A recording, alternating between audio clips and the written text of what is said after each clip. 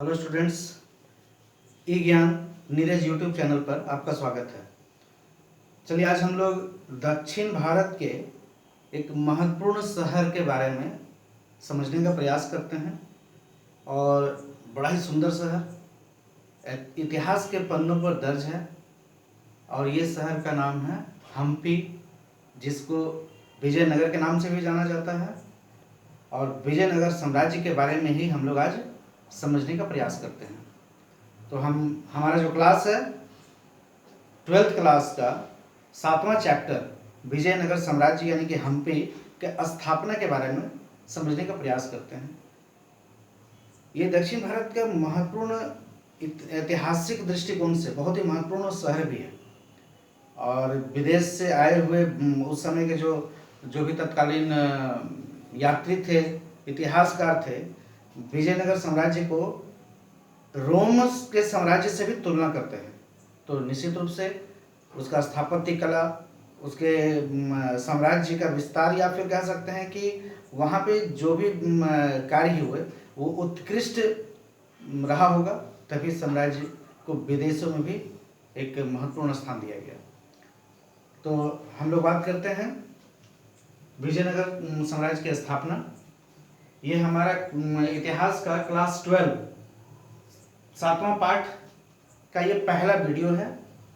इस वीडियो में हम लोग इस साम्राज्य के खोज कैसे हुआ और इस साम्राज्य में कौन कौन से वंश का शासन रहा है। निश्चित रूप से एक लंबे समय तक चलने वाला ये साम्राज्य था, लेकिन इस दौरान कौन कौन से शासक रहे इसके बारे में हम लोग ये पहला वीडियो जो इस साम्राज्य से संबंधित है उस पर हम लोग समझेंगे। और दूसरे वीडियो में फिर इसके प्रशासन और स्थापत्य कला, उसका विस्तार के बारे में समझने का प्रयास करेंगे।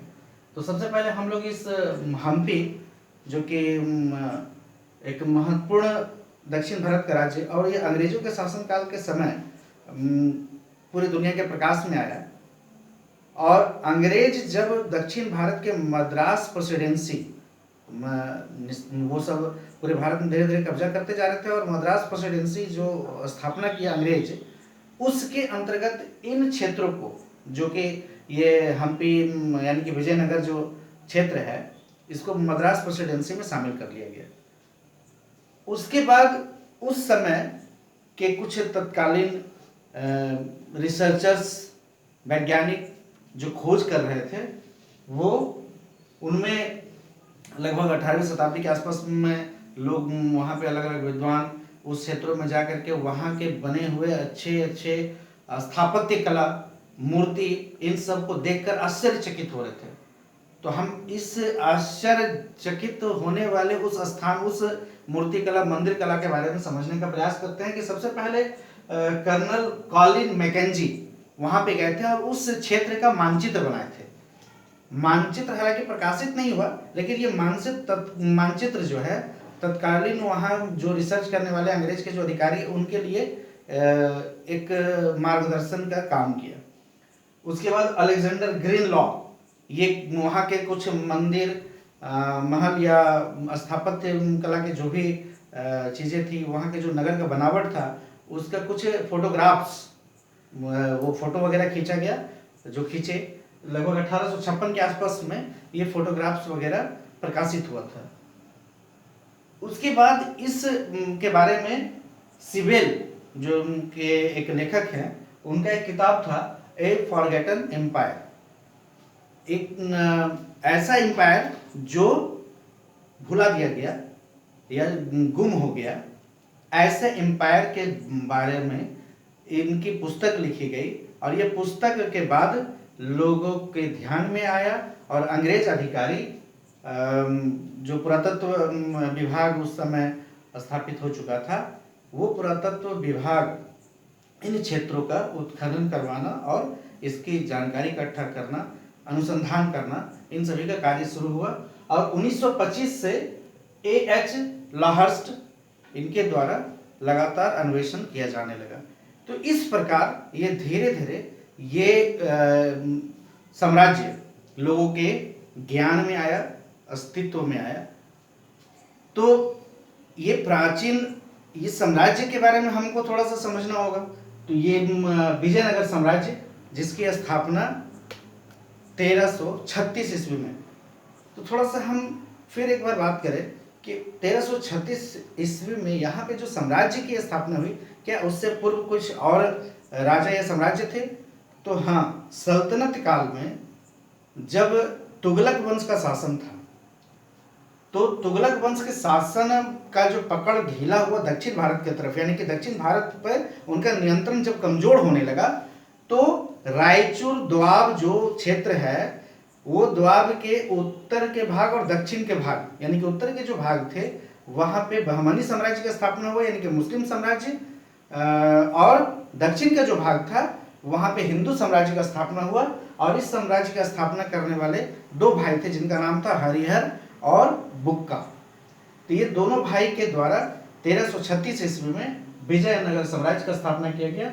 और इस साम्राज्य में जितने राजा रहे वो संगम वंश, यानी कि संगम वंश का काल जो है 1336 से लेकर 1485 ईस्वी तक काल माना जाता है।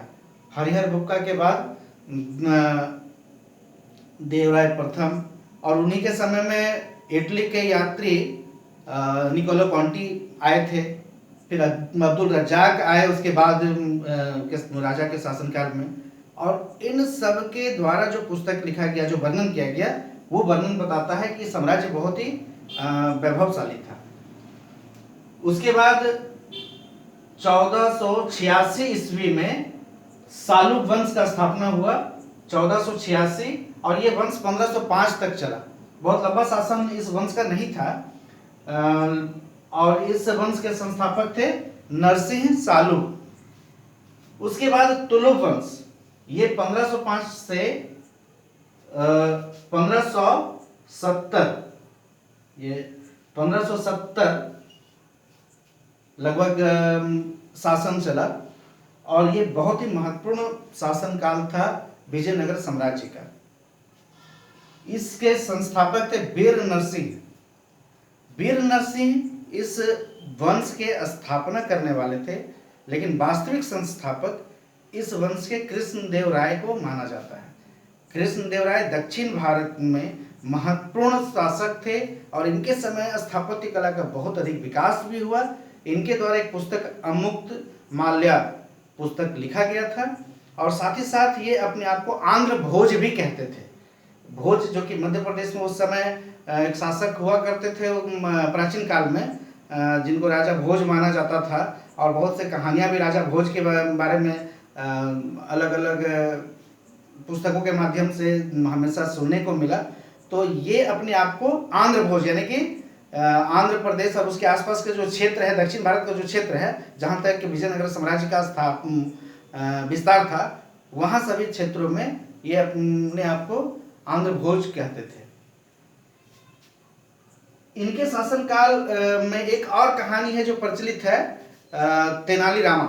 कृष्णदेव राय की जो कहानी तेनाली रामा वाली कहानी, यदि कोई आप लोग में से कोई पढ़े होंगे या सुने होंगे, तो तेनाली रामा और कृष्णदेव राय, इनके बीच में ये कहानी। तेनाली रामा वहाँ के एक चतुर मंत्री हुआ करते थे।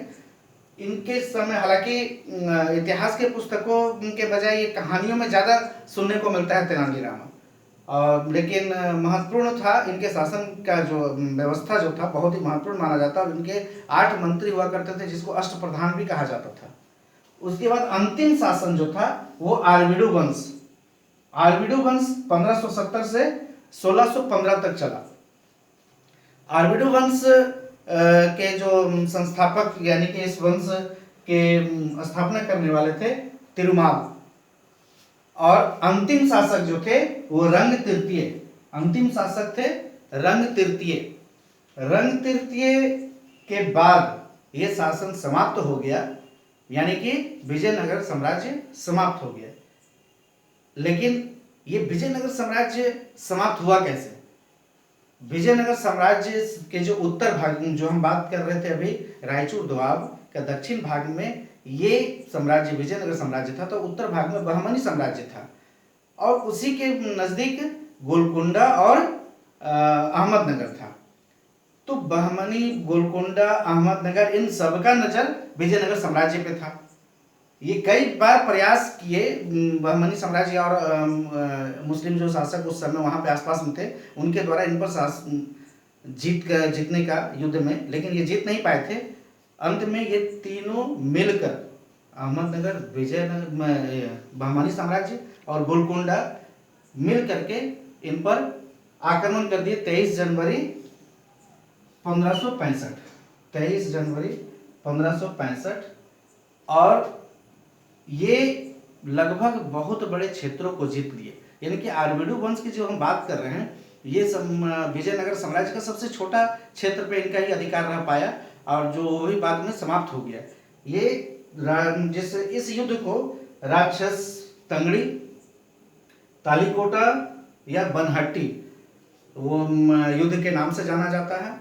और ये तीनों जो मुस्लिम साम्राज्य था मिलकर विजयनगर साम्राज्य को समाप्ति कर दिया।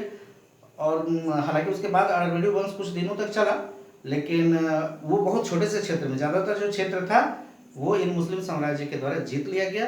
और इस प्रकार विजयनगर साम्राज्य का वैभवशाली इतिहास मुस्लिम साम्राज्य के अधीन हो गया।